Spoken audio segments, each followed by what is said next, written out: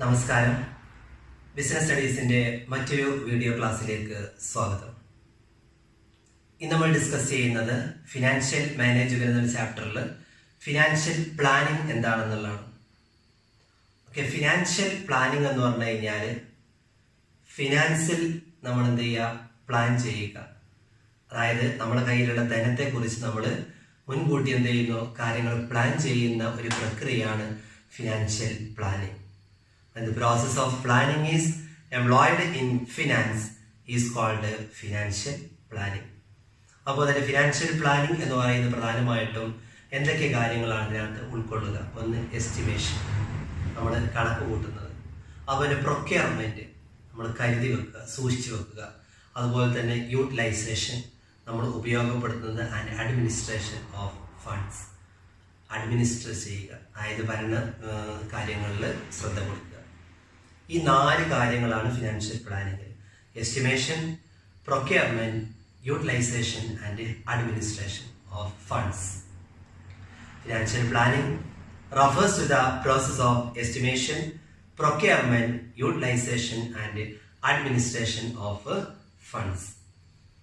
അങ്ങനെ വരുമ്പോൾ ഫിനാൻഷ്യൽ മാനേജ്മെന്റിൽ ഉൾക്കൊള്ളുന്ന, ധനകാര്യ മാനേജ്മെന്റിൽ ഉൾക്കൊള്ളുന്ന ആസ്പെക്ട്സുകൾ, വസ്തുതകൾ എന്തൊക്കെയാണ്? ഒന്നാമത്തത് estimation of quantum of finance. നമുക്ക് ഫിനാൻസ് എത്രത്തോളം വേണം, ധനം എത്രത്തോളം വേണം എന്നുള്ളത് കണക്കാക്കുന്നു. അതുപോലെ തന്നെ determination of pattern of financing. നമ്മുടെ ഫിനാൻസിങ് ഏത് പാറ്റേൺ ആണ് വേണ്ടതെന്നുള്ളത് തീരുമാനിക്കുന്നു. അതായത് ഏത് സെക്യൂരിറ്റീസ് ആണ്, ഇക്വിറ്റി ഷെയർ ആണോ, പ്രിഫറൻസ് ഷെയർ ആണോ, ഡിവെഞ്ചർ ആണോ ഇഷ്യൂ ചെയ്യേണ്ടതെന്നുള്ളത് തീരുമാനിക്കുന്നു. Next, proper utilisation of finance. Finance നമ്മൾ നേരായിട്ടുള്ള രീതിയിൽ എന്ത് ചെയ്യുക, ഉപയോഗപ്പെടുത്തുക. ഇഫക്റ്റീവ് പോളിസീസ്, പ്രോഗ്രാംസുകൾ, പ്രൊസീജിയേഴ്സ് എല്ലാം ഇതിനകത്ത് കൊണ്ടുവരിക. ഇതാണ് ഫിനാൻഷ്യൽ പ്ലാനിങ്ങിന്റെ, ഫിനാൻഷ്യൽ മാനേജ്മെന്റിൽ ഉൾക്കൊള്ളുന്ന ആസ്പെക്ട്സുകൾ. ഇനി അടുത്തതായിട്ട് പറയാനുള്ള ടൈപ്സ് ഓഫ് ഫിനാൻഷ്യൽ പ്ലാനിങ്.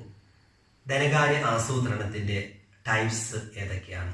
പ്രധാനമായിട്ടും 2 തരത്തിലാണ് വരിക. ഒന്ന് ലോങ് ടേം പ്ലാനിങ്ങും മറ്റൊന്ന് ഷോർട്ട് ടേം പ്ലാനിങ്ങും. ലോങ് ടേം പ്ലാനിങ് എന്ന് പറയുന്നത് അത് ഫോക്കസ് ചെയ്യുന്നത് ഏതുമേലായിരിക്കും? ക്യാപിറ്റൽ എക്സ്പെൻഡിച്ചർ മെന്റ് for long term growth and investment 3 to 5 years. 3 മുതൽ 5 വർഷം വരെ വരുന്ന ക്യാപിറ്റൽ എക്സ്പെൻഡിച്ചർ ആണ് ലോങ് ടേം പ്ലാനിങ് എന്ന് പറയുന്നത്, ദീർഘകാലത്തേക്കുള്ള ആസൂത്രണം. എന്നാൽ ഷോർട്ട് ടേം പ്ലാനിങ്, കുറഞ്ഞ കാലത്തേക്കുള്ള, ഹ്രസ്വകാലത്തേക്കുള്ള ആസൂത്രണം എന്ന് പറയുന്നത് എന്തൊക്കെ കവർ ചെയ്യുന്നത്? Short term financial plan called budget, usually for a period of 1 year or less. 1 വർഷമോ അതിൽ താഴെയായിട്ടോ ഉൾക്കൊള്ളുന്ന ഷോർട്ട് ടേം ഫിനാൻഷ്യൽ പ്ലാനിങ്ങിൽ ബജറ്റ് എന്ന് പറയുന്നതാണ് ഷോർട്ട് ടേം ഫിനാൻഷ്യൽ പ്ലാൻ. അപ്പൊ 2 തരത്തിലുള്ള ഫിനാൻഷ്യൽ പ്ലാനിങ്, ഒന്ന് ലോങ് ടേം ഫിനാൻഷ്യൽ പ്ലാനും അതുപോലെ തന്നെ ഷോർട്ട് ടേം പ്ലാനിങ്.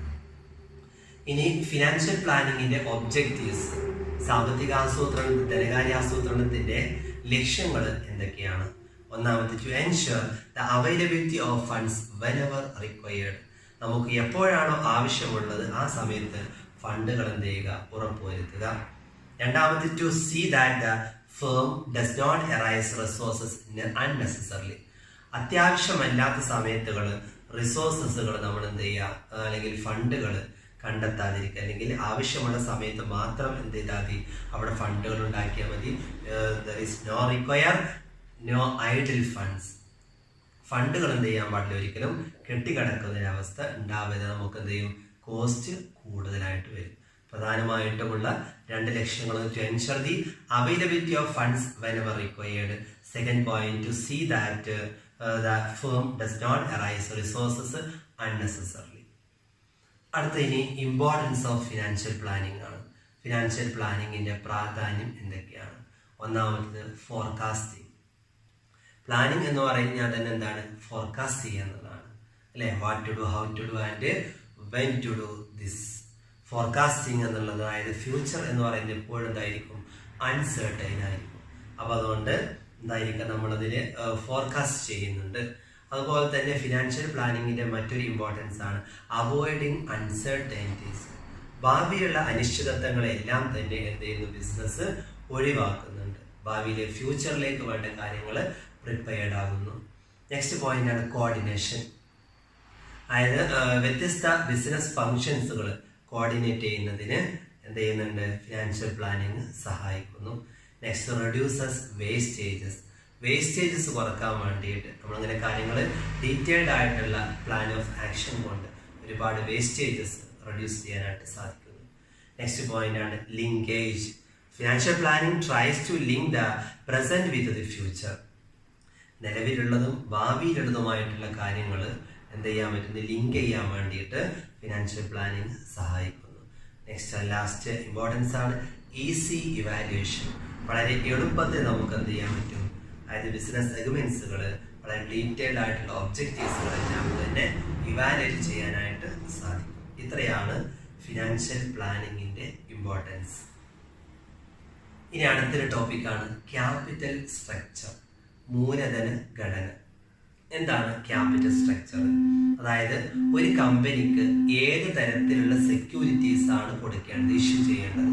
ഒരു കമ്പനി അതായത് ഉടമസ്ഥരുടെ പണമാണോ അല്ലെങ്കിൽ വായ്പാ ധനമാണോ കൂടുതൽ സ്ഥാപനത്തിലേക്ക് ഉപയോഗിക്കേണ്ടത് അല്ലെങ്കിൽ ഇഷ്യൂ ചെയ്യേണ്ടത് തീരുമാനിക്കുന്നതിനെയാണ് എന്ത് പറയുക, ക്യാപിറ്റൽ സ്ട്രക്ചർ എന്ന് പറയുന്നത്.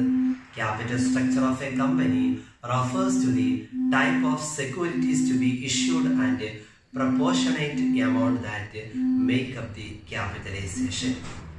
അപ്പോൾ ഈ ഒരു ക്യാപിറ്റൽ സ്ട്രക്ചറിനകത്ത് പ്രധാനമായിട്ടും രണ്ട് ഫണ്ട്സുകളാണുള്ളത്. ഒന്ന് ഓണേഴ്സ് ഫണ്ടും മറ്റൊന്ന് ബോറോവഡ് ഫണ്ടും. ഉടമസ്ഥരുടെ പണവും അതുപോലെ തന്നെ വായ്പാ ധനവും. ഓണേഴ്സ് ഫണ്ട് എന്ന് പറയുമ്പോൾ, ഉടമസ്ഥരുടെ പണം എന്ന് പറയുമ്പോൾ അതിനകത്ത് ഏതൊക്കെയാണ് ഇൻക്ലൂഡ് ചെയ്യുന്നത്? Equity share capital, preference share capital, reserve, surplus, അതുപോലെ തന്നെ റീറ്റൈൻഡ് ഏർണിങ്സ്. അതാണ് ഓണേഴ്സ് ഫണ്ടിൽ. എന്നാൽ ബോറോവഡ് ഫണ്ടിൽ ഉൾക്കൊള്ളുന്നത് എന്തൊക്കെയാണ്? ലോണുകൾ, ലോൺസ്, ഡിബഞ്ചേഴ്സ്, പബ്ലിക് ഡെപ്പോസിറ്റ്സ്. ഇത് എങ്ങനെയൊക്കെ ആകാം? ബാങ്കിൽ നിന്നാകാം അല്ലെങ്കിൽ ഫൈനാൻഷ്യൽ ഇൻസ്റ്റിറ്റ്യൂഷൻസിൽ നിന്നെല്ലാം ആകാം. ഇതാണ് ബോറോവഡ് ഫണ്ട്, വായ്പാ ധനം. ഈ ക്യാപിറ്റൽ സ്ട്രക്ചർ എന്ന് പറയുമ്പോൾ ഈ ഓണേഴ്സ് ഫണ്ടിന്റെയും ബോറോവഡ് ഫണ്ടിന്റെയും ഒരു മിക്സ് എന്നുള്ളതാണ് ക്യാപിറ്റൽ സ്ട്രക്ചർ കൊണ്ട് ഉദ്ദേശിക്കുന്നത്. അപ്പൊ അതുമായി നമുക്ക് ഡെപ്റ്റും ഇക്വിറ്റിയുമായിട്ട് ബന്ധപ്പെട്ടുള്ള കോസ്റ്റ് അതുപോലെ തന്നെ റിസ്ക് എല്ലാം തന്നെ ഇതിനകത്ത് വരുന്നതാണ്. അപ്പൊ അതിനകത്ത് ക്യാപിറ്റൽ സ്ട്രക്ചർ ഒരു സ്ഥാപനത്തിന്റെ ഫൈനാൻഷ്യൽ റിസ്കിനെയും പ്രോഫിറ്റബിലിറ്റിയെയും എല്ലാം തന്നെ അഫക്റ്റ് ചെയ്യുന്നു. അതുപോലെ ഡെപ്റ്റ്, ഇക്വിറ്റി എന്നിവയുടെ ആ ഒരു പ്രപ്പോർഷനാണ് എന്ത്, ക്യാപിറ്റൽ സ്ട്രക്ചർ എന്ന് പറയുന്നത്. നെക്സ്റ്റ് ടോപ്പിക്കാണ് ഫിനാൻഷ്യൽ ലിവറേജ്. ഫിനാൻഷ്യൽ ലിവറേജ് എന്ന് പറഞ്ഞു കഴിഞ്ഞാൽ ഡെപ്റ്റ്, ഇക്വിറ്റി ഇത് തമ്മിൽ കമ്പ്യൂട്ട് ചെയ്യുന്ന രീതിയാണ് financial leverage. The proportion of debt in the overall capital is also called financial leverage or capital gearing. അതായത് ഓവറോൾ ക്യാപിറ്റലില് ഡെപ്റ്റിന്റെ ഒരു ഡെപ്റ്റിന്റെ പ്രൊപ്പോർഷനെയാണ് എന്ത് പറയാ, ഫിനാൻഷ്യൽ ലിവറേജ്. ഉടമസ്ഥരുടെ പണവും അതുപോലെ തന്നെ വായ്പ അല്ലെങ്കിൽ ഔട്ട്സൈഡേഴ്സിന്റെ പണവും. ഫിനാൻഷ്യൽ ലിവറേജ് നമ്മൾ കാൽക്കുലേറ്റ് ചെയ്യുന്നത് financial leverage is equal to ഡെപ്റ്റ് ബൈ ഇക്വിറ്റി എന്നുള്ള രീതിയിലാണ്. അപ്പൊ ഇതിനകത്ത് ഒരു കമ്പനി എന്തായിരിക്കും, ഹൈലി ഗിയേർഡ് ആണെന്ന് പറയുമ്പോൾ അവിടെ ഉടമസ്ഥരുടെ പണം വളരെ കുറവായിരിക്കും. അതുപോലെ തന്നെ ഒരു കമ്പനി ലോ ഗിയേർഡ് ആണെന്ന് പറയപ്പെടുമ്പോൾ അവിടെ എന്തായിരിക്കും, ഓണർഷിപ്പ് ക്യാപിറ്റൽ വളരെ കൂടുതലായിരിക്കും. അങ്ങനെയാണ് ഫിനാൻഷ്യൽ ലിവറേജ് കണക്കാക്കുന്നത്. ഇനി അവിടെ ക്യാപിറ്റൽ സ്ട്രക്ചറിനെ അഫക്റ്റ് ചെയ്യുന്ന factors affecting the capital structure. ഒന്നാമത്തത് ട്രേഡിംഗ് ഓൺ ഇക്വിറ്റി. ഇക്വിറ്റിയുടെ മേലിൽ ട്രേഡിംഗ് നടത്താന്ന് പറഞ്ഞാൽ ഉദ്ദേശിക്കുന്നത് എന്താണ്? Refers to the use of fixed income securities. Trading on equity എന്നുള്ളതോട് ഉദ്ദേശിക്കുന്നത് use of fixed income securities എന്നാണ്. ഫിക്സഡ് ഇൻകം കിട്ടുന്ന സെക്യൂരിറ്റീസുകൾ ഉപയോഗിക്കുക. ഏതൊക്കെയാണത്? ഡിബഞ്ചേഴ്സ്, അതേപോലെ തന്നെ പ്രിഫറൻസ് ക്യാപിറ്റൽ. നമ്മൾ ക്യാപിറ്റൽ സ്ട്രക്ചറിൽ ഇക്വിറ്റി ക്യാപിറ്റലിന്റെ മേലുള്ള റിട്ടേൺ കൂട്ടുന്നതിന് വേണ്ടിയിട്ട്, ഇക്വിറ്റിയുടെ മേലെ ട്രേഡ് ചെയ്യാന്ന് പറഞ്ഞാൽ ഇക്വിറ്റിയുടെ മേലുള്ള റിട്ടേൺ ഇൻക്രീസ് ചെയ്യുന്നതിന് വേണ്ടിയിട്ട് ക്യാപിറ്റലിൽ നമ്മൾ ഏത് ഉപയോഗിക്കുന്നു? പ്രിഫറൻസ് ക്യാപിറ്റലും ഡിബഞ്ചേഴ്സ് പോലെയുള്ള ഫിക്സഡ് ഇൻകം സെക്യൂരിറ്റീസ് ഉപയോഗിക്കുക എന്നുള്ളതാണ് ട്രേഡിംഗ് ഓൺ ഇക്വിറ്റി. രണ്ടാമത്തതാണ് ക്യാഷ് ഫ്ലോ പൊസിഷൻ. ക്യാപിറ്റൽ സ്ട്രക്ചറിനെ ബാധിക്കുന്ന മറ്റൊരു ഘടകമാണ് ക്യാഷ് ഫ്ലോ പൊസിഷൻ. അതായത് നമ്മുടെ പ്രൊജക്റ്റഡ് ക്യാഷ് ഫ്ലോസ് എടുക്കുക. അതായത് നമ്മൾ വായ്പ വാങ്ങുന്നതിന് മുമ്പായിട്ട് നമ്മുടെ നിലവിലുള്ള ക്യാഷ് ഫ്ലോസ് എന്ത് ചെയ്യണം, പരിശോധിക്കേണ്ടതുണ്ട്. ക്യാഷ് ഫ്ലോ എന്ന് നമ്മൾ ഫിക്സഡ് പേയ്മെന്റ് ഒബ്ലിഗേഷൻസ് മാത്രമല്ല ഇതിനകത്ത് ഉൾക്കൊള്ളേണ്ടത്. നമ്മുടെ സ്ഥാപനത്തിലുള്ള ഫിക്സഡ് ക്യാപിറ്റൽ അല്ലെങ്കിൽ ഫിക്സഡ് നീഡ്സ്, സ്ഥാപനത്തിന് ആവശ്യമായിട്ടുള്ള സ്ഥിരമായിട്ടുള്ള പേയ്മെന്റുകളും അതുപോലെ തന്നെ വർക്കിംഗ് ക്യാപിറ്റലും എല്ലാം തന്നെ ഇതിനകത്ത് പരിഗണിക്കണം. അപ്പോൾ ക്യാഷ് ഫ്ലോ പൊസിഷൻ എന്ത് ചെയ്യുന്നു, ക്യാപിറ്റൽ സ്ട്രക്ചറിനെ ബാധിക്കുന്ന മറ്റൊരു ഘടകമാണ്. മൂന്നാമത്താണ് interest coverage ratio, ICR. ICR എന്ന് പറഞ്ഞു കഴിഞ്ഞാൽ അവിടെ നമ്മൾ ഇൻട്രസ്റ്റും ടാക്സും കൊടുക്കുന്നതിന് മുമ്പായിട്ട് number of times of earnings കണക്കാക്കുന്ന രീതിയാണ് interest coverage ratio. ICR is equal to EBIT divided by interest. EBIT means earnings before interest and taxes. ഇൻട്രസ്റ്റും ടാക്സും കൊടുക്കുന്നതിന് മുമ്പുള്ള ഏർണിങ്സിനെ ഏത് കൊണ്ട് ഡിവൈഡ് ചെയ്യുക, ഇൻട്രസ്റ്റ് കൊണ്ട് ഡിവൈഡ് ചെയ്ത് കഴിഞ്ഞാൽ നമുക്ക് ഇൻട്രസ്റ്റ് കവറേജ് റേഷ്യോ കാണാൻ പറ്റും. നാലാമതാണ് റിട്ടേൺ ഓൺ ഇൻവെസ്റ്റ്മെന്റ്, ROI. അതായത് റിട്ടേൺ ഓൺ ഇൻവെസ്റ്റ്മെന്റ് എന്ന് പറഞ്ഞു കഴിഞ്ഞാൽ ഇൻവെസ്റ്റ്മെന്റിന്റെ മേലുണ്ടാകുന്ന റിട്ടേൺ അത് എത്രത്തോളം ഉണ്ട് എന്നുള്ളതാണ് നോക്കേണ്ടത്. ROI കൂടുതലാണെങ്കിൽ അതായത് ഡെപ്റ്റ് പോർഷൻ എന്തായിരിക്കും, ക്യാപിറ്റൽ സ്ട്രക്ചറിൽ ഡെപ്റ്റ് പോർഷൻ കൂടുതലായിരിക്കും. അതാണ് റിട്ടേൺ ഓൺ ഇൻവെസ്റ്റ്മെന്റ് കൊണ്ട് ഉദ്ദേശിക്കുന്നത്. നെക്സ്റ്റ് വണ്ണാണ് കോസ്റ്റ് ഓഫ് ഡെപ്റ്റ്. ഡെപ്റ്റിന്റെ കോസ്റ്റ് എത്രത്തോളം, അതായത് ഒരു ഫേം കുറഞ്ഞ റേറ്റിലാണ് വായ്പകൾ വാങ്ങാൻ കഴിവുള്ളത് എങ്കിൽ ഇറ്റ് മേ പ്രിഫർ മോർ ഡെപ്റ്റ് ആസ് കമ്പയർഡ് ടു ഇക്വിറ്റി. ഇക്വിറ്റിയേക്കാളും കമ്പയർ ചെയ്യുമ്പോൾ പ്രിഫറൻസ് കൊടുക്കുന്നത് ഏതിനായിരിക്കും നന്നാകുക, ഡെപ്റ്റിനായിരിക്കും നന്നാകുക. ഔട്ട്സൈഡേഴ്സിന്റെ പണമാണോ സ്ഥാപനത്തിലെ പണമാണോ ഉപയോഗപ്പെടുത്തേണ്ടുന്ന രീതിയാണ് നമ്മൾ നോക്കുന്നത്. അത് രണ്ടും തമ്മിലുള്ള ആ ഒരു കമ്പാരിസൺ, ആ ഒരു ലിങ്ക് ആണ് ക്യാപിറ്റൽ സ്ട്രക്ചർ. ഓക്കെ, അതാണ് കോസ്റ്റ് ഓഫ് ഡെപ്റ്റ്. നെക്സ്റ്റ് ടാക്സ് റേറ്റ് നോക്കണം. ടാക്സ് റേറ്റ് അതായത് ഡെപ്റ്റിന്റെ മേലുള്ള ഇൻട്രസ്റ്റ് നമുക്ക് ഒരു ഡിഡക്റ്റ് ചെയ്യാൻ പറ്റുന്ന എക്സ്പെൻസ് ആണ്, നമ്മൾ ലെസ് ചെയ്യുന്ന എക്സ്പെൻസ് ആണ്. അതുപോലെ ടാക്സ് ലയബിലിറ്റിയും എന്ത് ചെയ്യാറുണ്ട്, റെഡ്യൂസ്ഡ് ബൈ യൂസ് ഓഫ് ഡെപ്റ്റ്. അപ്പൊ ടാക്സ് റേറ്റ് നോക്കണം. അതേപോലെ കോസ്റ്റ് ഓഫ് ഇക്വിറ്റി നോക്കണം. ഇക്വിറ്റിയുടെ മേലിൽ വരുന്ന ചെലവ് നോക്കുക. അതായത് ഒരു കമ്പനിക്ക് ഡെപ്റ്റ്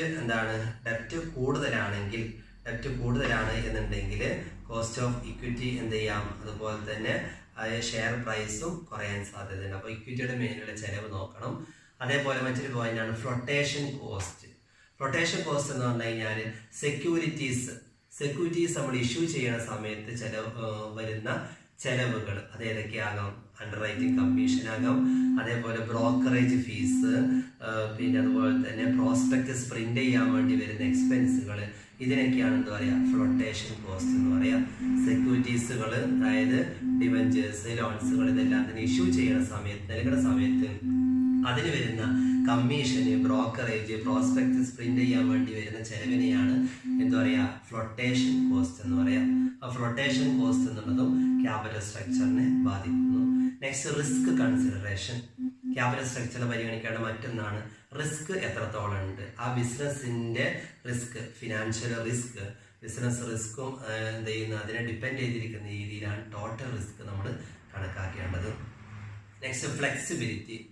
ഫ്ലെക്സിബിലിറ്റി എന്ന് പറഞ്ഞു കഴിഞ്ഞാൽ ഉദ്ദേശിക്കുന്നത് ഒരു ഫേം എന്ത് ചെയ്തു ഡെപ്റ്റ് ഇഷ്യൂ ചെയ്യുന്ന സമയത്ത് കുറച്ചൊക്കെ എന്താണ്ടേലും അതിനുള്ള ഒരു ഫ്ലെക്സിബിൾ ആകണം, എന്തെങ്കിലും മാറ്റങ്ങൾ വരുത്താൻ സാധ്യമാകുന്ന ഫ്ലെക്സിബിലിറ്റി ഏതിനെ ഇൻഫ്ലുവൻസ് ചെയ്യുന്നു, ഒരു ക്യാപിറ്റൽ സ്ട്രക്ചറിനെ ഇൻഫ്ലുവൻസ് ചെയ്യുന്നു. നെക്സ്റ്റ് കൺട്രോൾ എന്ന് പറഞ്ഞാൽ ഫണ്ടുകൾ റേസ് ചെയ്യുക. ഏതിലൂടെ, ഡെപ്റ്റ് ഫിനാൻസിങ്ങിലൂടെ. നമ്മൾ ഔട്ട്സൈഡേഴ്സിന്റെ പണമാണ് കൂടുതൽ ഉപയോഗപ്പെടുത്തുന്നുണ്ടെങ്കിൽ സ്ഥാപനത്തിന്റെ നിയന്ത്രണത്തിൽ ഒരിക്കലും വീര്യം കുറയില്ല. എന്നാൽ ഇക്വിറ്റി ഷെയർസ് ആണ് നമ്മൾ കൂടുതൽ ഇഷ്യൂ ചെയ്യുന്നതെങ്കിൽ അവർ സ്ഥാപനത്തിൽ ഉടമസ്ഥരായിട്ട് മാറും. അപ്പൊ അതുകൊണ്ട് സ്ഥാപന നിയന്ത്രിക്കാൻ വേണ്ടിയിട്ട് ആളുകൾ കൂടുന്ന അവസ്ഥ ഉണ്ടാവും. Next regulatory framework.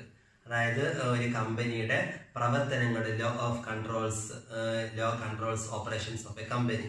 അതായത് എന്ത് ചെയ്യുന്നത്, കമ്പനിയിലെ റെഗുലേറ്ററി ഫ്രെയിം വർക്ക് ഒരു കമ്പനിയുടെ പ്രവർത്തനങ്ങൾ നിയന്ത്രിക്കുന്നതിന് വേണ്ടി നിയമങ്ങൾ പ്രൊവൈഡ് ചെയ്യുന്നു. Next stock market conditions. Stock മാർക്കറ്റിലുള്ള കണ്ടീഷൻസുകൾ നമ്മൾ പ്രത്യേകം നോക്കേണ്ടതുണ്ട്. സെക്യൂരിറ്റീസ് ഇഷ്യൂ ചെയ്യുന്ന സമയത്ത് അത് ഏതൊക്കെ ക്യാപിറ്റൽ മാർക്കറ്റ് സ്ഥിതിഗതികൾ എന്തൊക്കെയാണെന്നുള്ളത് വിലയിരുത്തണം.